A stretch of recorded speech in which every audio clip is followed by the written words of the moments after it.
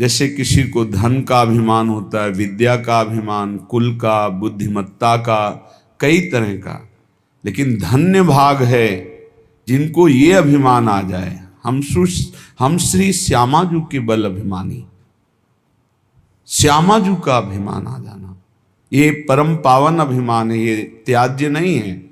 जैसे गोस्वामी जी कह रहे हैं, ये अभिमान भूल कर भी हमारे हृदय से कभी ना जाए, ये भरा रहे कि सियाराम स्वामी हो मैं उनका सेवक, अस अभिमान जाई जनि भूरे, मैं सेवक रघुपति पति मोरे, मैं सेवक रघुपति पति मोरे।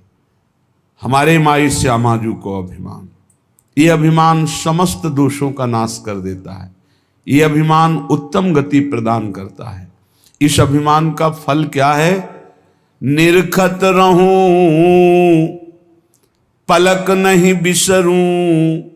जैसे देहाभिमान में हम कभी शरीर का बैठकर चिंतन ध्यान करने की चेष्टा नहीं करते, हर क्षण स्वाभाविक चिंतन होता है, हर क्षण ये हमारे ध्यान में बसा रहता है तदात्म भाव से, मैं पुरुष हूं। देखो शयन के बाद जब हम उठते हैं तो इस तदात्मका का फल देखो कि हमको ये नहीं सोचना पड़ता कि मैं स्त्री हूं कि पुरुष हूं, मैं कौन हूं, वो तत्काल अभिमान जागृत रहता है। ऐसे ही जब भागवती का अभिमान होता है, जागृत स्वप्न सुषुप्त स्फुरत में राधा पदाब्ज छटा, भजन करना थोड़ी पड़ता है। ऐसे अभिमान वाले के हृदय में हर समय तदात्म भाव से भजन होता रहता है, पर ये बहुत कृपा पात्र के हृदय में आता है। ऐसा नहीं कह सकते कि बहुत साधना के बाद आता है, नहीं, असाधन युक्त, साधनहीन यदि वो कहीं भगवत कृपा से दुर्लभ बात महापुरुषों का संग पा जाए और उसके हृदय में बैठ जाए, मैं तो अब एक बात पकड़ लिया, कुछ बने न बने, मैं श्यामाजू का, श्यामाजू हमारी, बस मैं श्यामाजू का, श्यामाजू हमारी, ये अंदर बढ़ता चला जाए और ठसक बन जाए, ये ठसक बन जाए हमारे माई श्यामाजू को अभिमान। बहुत सुंदर, इसका तभी माना जाएगा कि आपके अंदर ये अभिमान आ गया है जब निरखत रहूं हर समय श्यामाजू लालजू, पलक नहीं बिसरूं, पलक झपकने के समय को भी इनका विस्मरण न हो, जैसे देह का। नयन निरूप लुभान अली माधुरी श्याम सुंदर की, ये सर्वस जीवन प्राण हमारे माई श्यामाजू को अभिमान। ये लालजू की जीवन सर्वस्व प्राण है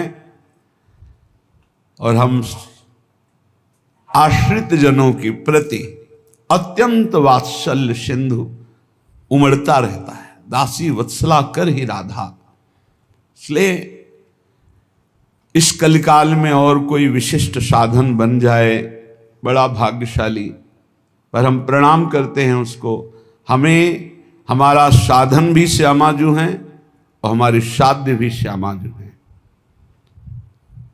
अगर साधन और साध्य श्यामाजू हैं तो असाधनों की सामर्थ्य नहीं कि प्रवेश कर सकें, और जहां असाधनों का प्रवेश नहीं तो जीते जी वो जीवन मुक्त परम पद आनंद में है, उसे कोई परम पद और नहीं चाहिए। जो हर समय प्रिया प्रीतम को निरखता रहता है, हर समय उनके सुमिरन में रहता है, उनकी ठसक में रहता है, इससे बड़ा परम पद और क्या हो सकता है। इसलिए बहुत बढ़िया अवसर मिला है श्री श्यामा श्याम के हेतु की कृपा से। जो मानव देह की सार्थकता का स्वरूप है वो हमें मिल चुका है।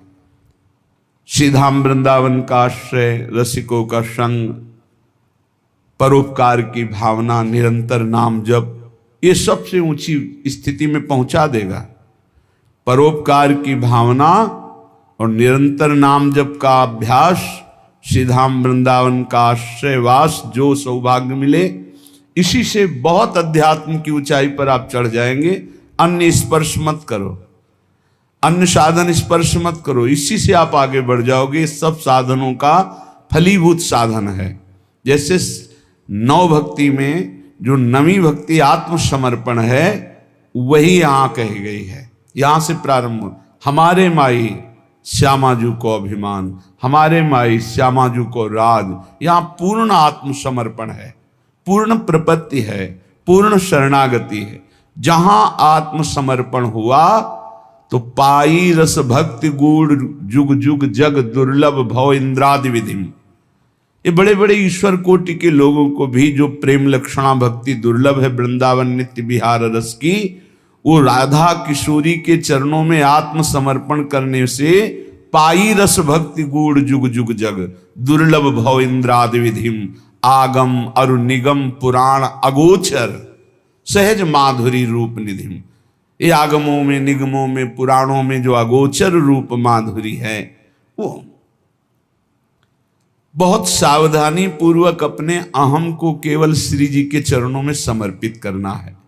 श्रीपाद प्रबोधानंद जी महाराज कह रहे हैं, वृंदावनस्य महिमा न ही मादृश गोचरः बबंद स्वगुणैर दिव्यैर यत् श्रीमत्पुरुषोत्तमम्। मैं कैसे महामहिम वृंदावन की महिमा का वर्णन करूं, पार नहीं पा रहा हूं। अगोचर महिमा है। ये पुरुषोत्तम प्रभु श्री कृष्ण को और लाडली जू को अपने अधीन किए हुए है, इसकी कितनी महिमा वर्णन करूं। जो अखिल कोटि ब्रह्मांड नायक परम पुरुष प्रभु श्री कृष्ण और उनके हृदय का मूर्तिमान प्रेम प्रियाजू, इनको अधीन किए हुए हैं। फिर कैसे वर्णन करूं।